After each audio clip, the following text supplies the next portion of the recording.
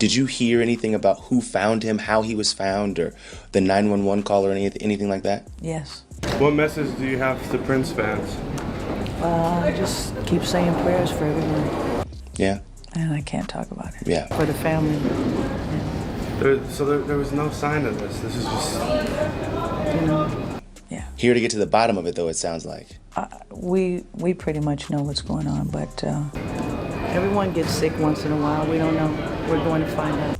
You know, all we want to do is just talk about the man, the musician. You know, you were in a relationship with Prince. He even proposed to you. How did he do it? First Diddy party I went to was at Prince's house. So you want to go to Prince's house to the Diddy party. It was during the Sign of the Times tour, and where Tyrese is performing and Demi Moore and Ashton Kutcher are swinging. There are many songs that were like really emotional to me when we played, and Purple Rain was one of them. On swings. That is what's happening on the other side of the wall. And so playing that song and playing drums, I just love playing that song. And next thing I know, he's taking his solo. The one thing that makes this party different than a Jamie Foxx party, and as I opened my eyes, he was turning at the same time that I opened my eyes. Or any other celebrity party that wrangles a bunch of young women or guys or whatever too. And he's taking his solo and he turns to me and he said, "Will you marry me?" Is that Diddy didn't let you bring your security. Sheila E., the longtime collaborator and close confidant of music legend Prince, has recently come forward with shocking revelations that have sent shockwaves through the entertainment world.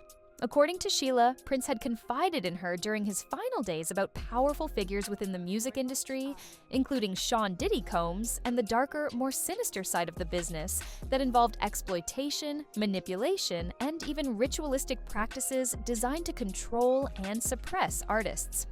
Sheila E. claims that Prince was not merely fighting for music rights, but was preparing to expose a deeper truth about the music industry's culture of control and corruption, a mission that may have put his life in danger.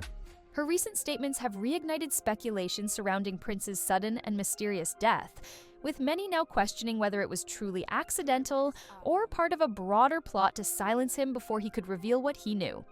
Adding to the intrigue, Sheila E. and Prince shared a deeply personal connection that extended beyond their professional collaborations.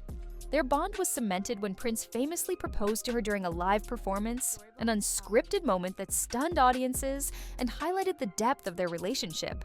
Despite rumors of a 5-year silence before Prince's death, close sources revealed that the two reconnected in his final days, during which Prince allegedly shared startling information about Diddy and the industry's dark underbelly. According to Sheila E., Prince's fight against the industry was not just about his own masters and music ownership. It was a battle against what he described as modern-day slavery, where powerful entities manipulated and controlled artists for profit. His public battle with Warner Brothers became a symbol of this struggle, with Prince famously changing his name to an unpronounceable symbol as an act of rebellion and emancipation from the corporate stranglehold on his art. Sheila E. suggests that Prince's fight was not isolated, hinting that Diddy played a role in the same kind of artist exploitation that Prince was fighting against. In her recent comments, she has implied that Diddy's control over Bad Boy Records mirrored Warner Brothers' treatment of Prince, with artists being financially manipulated and creatively stifled. Sheila E.'s revelations have sparked fresh speculation about Prince's death, which was officially ruled as an accidental fentanyl overdose. However, Sheila E. has expressed doubts about the official story, noting that the narrative does not align with what she knew of Prince's lifestyle. Prince's final public appearances were filled with cryptic warnings, including his last statement to fans at Paisley Park, where he told them to wait a few days before you waste any prayers, sparking theories that he knew something dark was looming. His death, which came just days later, left fans and those close to him questioning whether his mission to expose corruption in the music industry had made him a target. Prince's warnings about the music industry were deeply rooted in his experiences and his firm stance on artist rights and creative ownership. Sheila E. recounts how Prince would speak about powerful individuals controlling the industry, silencing dissenting voices, and manipulating public narratives to maintain control. His creation of Paisley Park Records was an attempt to break free from the corporate grip of Warner Brothers, a move that was seen as both bold and dangerous within an industry known for crushing rebellion. Sheila E. now suggests that Prince's mission extended far beyond his own career and was aimed at shedding light on the manipulation and exploitation that plagued the music world, with Diddy's name consistently emerging in these conversations. The connections between Diddy and Warner Brothers have now come under scrutiny, especially given Diddy's iron grip over Bad Boy Records, where multiple artists, including Lil Jerome, Carl Thomas, and even the notorious B.I.G., reportedly experienced harsh treatment and financial control. Sheila E. alleges that Prince saw these practices long before they became public knowledge and was determined to expose them before his life was cut short. In the days leading up to his death, Prince reportedly made cryptic statements that suggested he was aware of his impending fate. His last appearance at Paisley Park was marked by a chilling comment where he urged attendees to wait a few days before you waste any prayers, leading many to speculate that he knew something dangerous was approaching. Sheila E.'s decision to speak out now, nearly a decade after Prince's death, has raised questions about why she remained silent for so long. Some believe she may have been protecting Prince's legacy and her own safety, while others suggest that Diddy's recent legal troubles may have prompted her to finally reveal what she knows.